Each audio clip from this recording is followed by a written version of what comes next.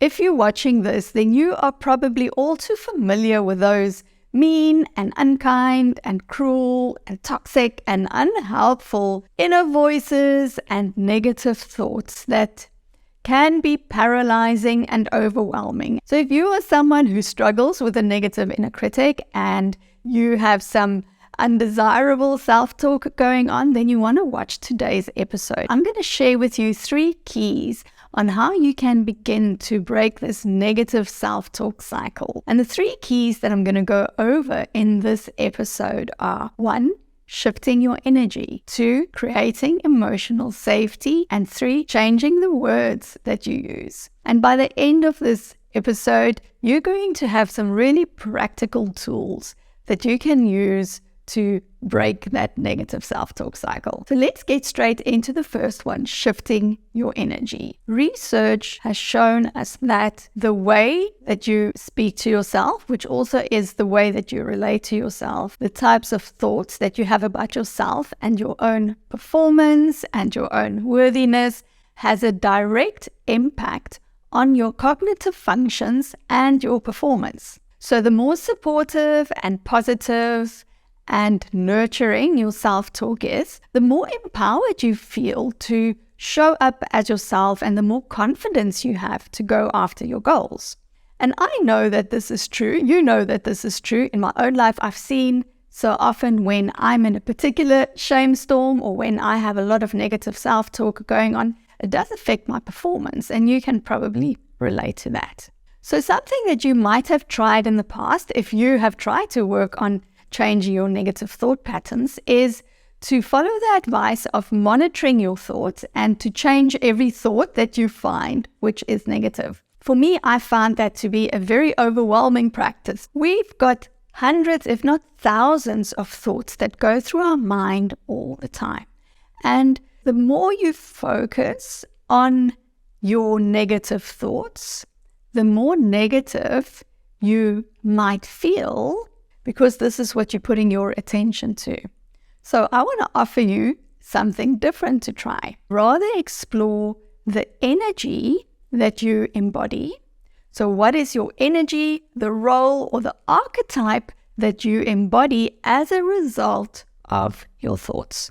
So I really see that there are 2 archetypes or roles that are very useful for this kind of exploration.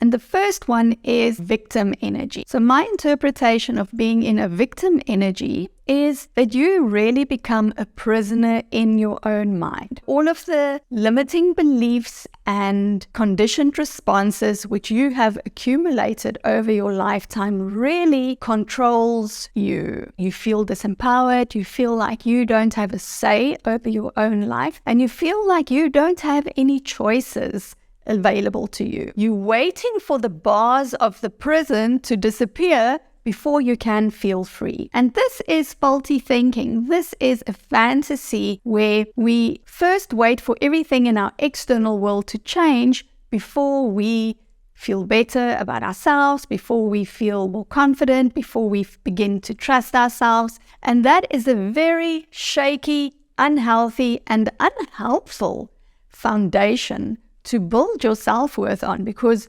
once something changes in your external world, it changes the way that you feel about yourself. And so in contrast to this, the warrior energy or the warrior archetype is one that I find very useful when it comes to working with your thoughts and your energy and your overall mood. So the warrior embodies fierceness. It is not aggressive, and it's not about being bloodthirsty. It's really about feeling empowered, trusting yourself and trusting your decisions, believing in yourself. And to me, the warrior is really a symbol of resilience, of taking charge and responsibility of your emotions, your own inner landscape, and your own well-being. Instead of trying to monitor what you are thinking all the time, which keeps you stuck in your mind, is begin to notice how you are responding on a physical level. Begin to notice what your energy does and how your body feels. So as you go about your day, maybe even while you're busy doing the dishes or getting the kids ready for school, is notice what is the energy that flows through you. How are you being? Who are you being? And when you notice that you are feeling compressed and contracted and contained and disempowered like a victim, you can then make the choice to shift your energy. Simply by asking the question, if I could step into my warrior energy right now, if I could embody this role of warrior, what could I do? How can I step into this experience of being a warrior instead of a victim? And what you will notice when you begin to play with shifting your energy in this way, it is going to have the effect that you start to think different thoughts. So it's going to support you to think less of the thoughts that you think while you are in your victim state, in that victim role. So if you are going to try this, then in the comments write fierce warrior. Moving on to the second point, which is emotional safety. There are very many different reasons why we don't feel emotionally safe. Typically, just going around in modern world with all of this external stimulation and all of the demands that gets placed on us through our lives, this can cause us not to feel safe in our bodies. There are also past experiences, cultural conditionings, childhood traumas, and all of these can contribute to us feeling not safe. Now, this is the biggest problem with not feeling safe emotionally. It causes you to not feel safe to be yourself. What are the implications of that?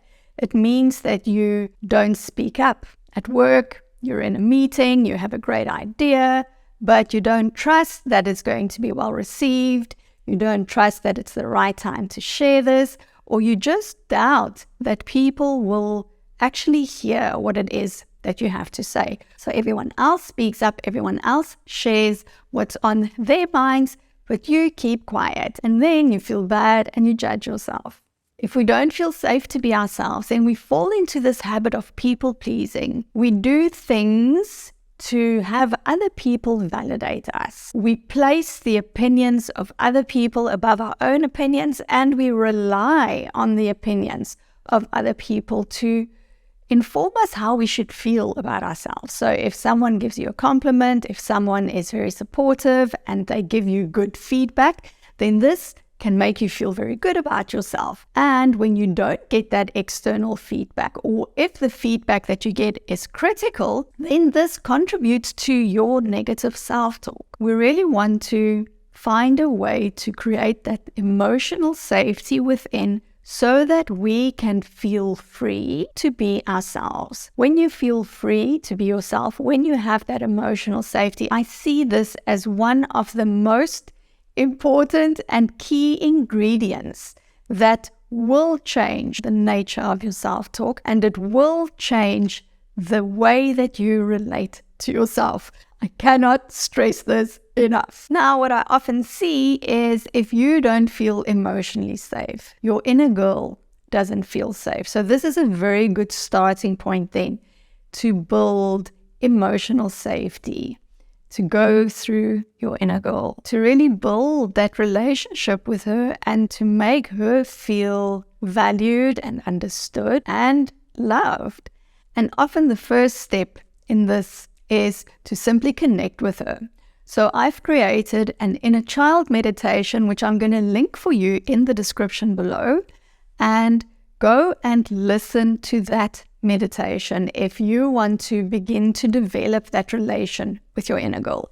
And if this is the practice that you're going to choose, then drop in the comments, inner girl. And now let's move on to the final key, which is change the words that you use. This is quite obvious that if you're going to use nasty words, the impact is going to be much different to using kind and loving words.